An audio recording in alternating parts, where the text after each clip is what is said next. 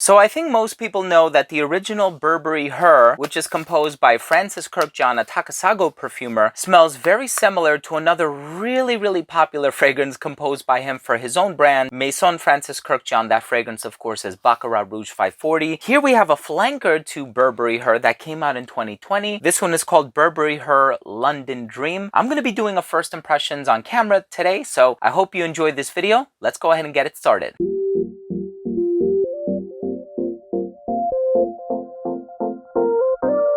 Now, before I begin my first impressions of Burberry Her London Dream, and I tell you all about it, how it compares to the original, and if I think that this one smells in any way similar to Baccarat Rouge 540, I do want to start things off by mentioning that if you are a fan of fragrance-related content, please do consider supporting this channel by subscribing to it. Make sure to enable all notifications by clicking on the bell icon, and of course, if you found this video helpful in any way, please give it a thumbs up. It would really mean a lot to me, and it would help out the channel tremendously. So here we have Burberry Her London Dream, and this one is composed by Maya Lernoux and Jerome de Marino, both of which are Takasago perfumers. And in terms of the note breakdown, you're going to get rose, Peony. That in and of itself is kind of already reminding me of Delina by Parfum de Marly, but you're also going to get lemon and ginger in the opening, amber and musk in the base, and I can already smell it. The Peony rose combination, it actually does smell a little bit like Delina by Parfum de Marly, but let's see. It smells floral. You're going to get that bright, lemony, rosy, peony, slightly creamy and organically floral component, minus the sweetness. So the amber is in there, but it's not overly vanillic. I am perceiving a little bit of like an ethyl vanillin, a little bit of like a sweet vibe about it. I'm sure there probably are some resins in there, however subtle, contributing to that amber accord. But yeah, Delina is much sweeter. Okay, so that kind of confirms something that I was thinking. This one does not smell in any way, shape, or form similar to the original. This one is ethyl maltyl, if I'm remembering correctly, and of course it has a little bit of a mossy quality about it. It also has strawberry in the opening, so this one actually does smell quite similar to Baccarat Rouge. It definitely goes in its own direction, and so it's not a carbon copy of Baccarat Rouge, but it's a subtle twist of the DNA. Here we're actually getting a fragrance that smells quite different to the original, and because of that it also smells quite different from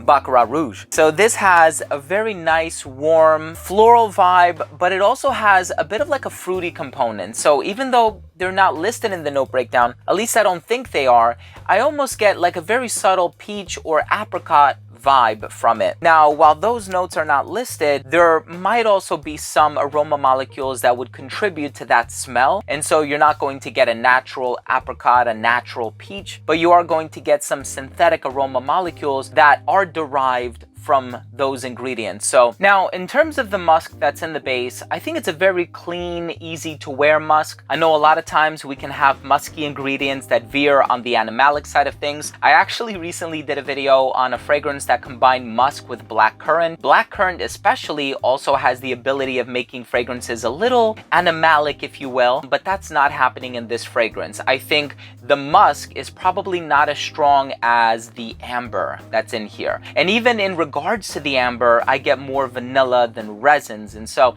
you are going to get a very smooth base, never detracting from the floral components in the heart, but only complementing the floral components. And so overall, I would say it smells like, I mean, for the layman, I would say it smells like a less sweet Delina. So if you can imagine the floral properties of Delina, it almost smells like Delina La Rosée. There is also the exclusive version, which definitely goes in a sweeter direction, but this one smells like a less sweet Delina. I actually do really enjoy this fragrance, and I can see why a fragrance like this would be so popular, especially among people that don't necessarily know about Delina, or they haven't explored too many of the niche offerings on the market, especially if you're shopping at like a Macy's or Sephora. You want something that is very easygoing, something that is quite on the affordable side of things. Of course, if you're shopping at Bergdorf or Neiman's, then you're going to be looking at fragrances that are in the wheelhouse of $300, $400, some even more, believe it or not. But I think this is a solid designer fragrance. Definitely has that brightness in the opening, lacking that sweetness that you would get from something like a Delina by Parfum de Marly. And overall, I really like it. I think this is very smooth, fresh, easy wearing, easy to wear, easy going, I meant to say.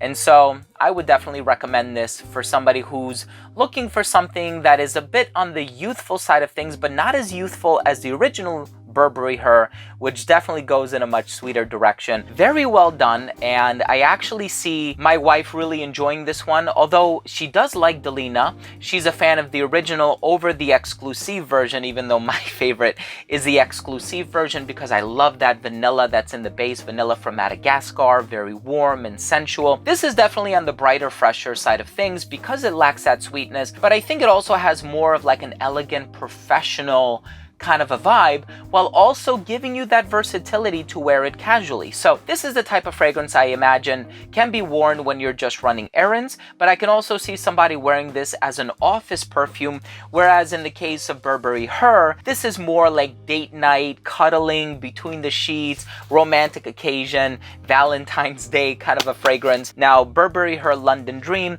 is more on the casual, also slightly office-y type of a scenario, so I don't find it to be as youthful, if you will, as the original. This one is a bit more grounded, a bit more on the mature and grown-up side of things, if you will. But ultimately, I think the two are a really nice pair. They do smell different from one another, but I think it will all be dependent on your mood, right? Sometimes you want something that reflects, you know, your happiness and your joy, and you want something that's a little bit more on the sweeter side of things. Sometimes you might want to be a bit more meditative, a bit more grounded. You know, you're not feeling overly bubbly. You'll go with London Dream. And I've been to London before, and it's a beautiful, beautiful city. Rainy a lot. Both times I went, it was raining, but in any case, I think it's a solid fragrance. I hope you enjoyed this video. I'm sorry that I couldn't comment too much in the way of projection and longevity. I haven't tried this on skin. It is just a first impressions video. I may end up acquiring a bottle, and perhaps I'll do a full review if there is a demand for it, of course, and it is marketed for women, and so my female viewership is only about 15% of my audience, so I don't know. It's up in the air if I'm actually gonna go through with buying a bottle or not. But anyway, thank you for watching. I'm rambling. I hope you enjoyed the video. If you did, please do consider supporting the channel by subscribing to it. Hit that bell icon so you will get notifications every single time I publish a video on my channel. If you took something of value, give it a thumbs up. Love you all. We'll see you tomorrow.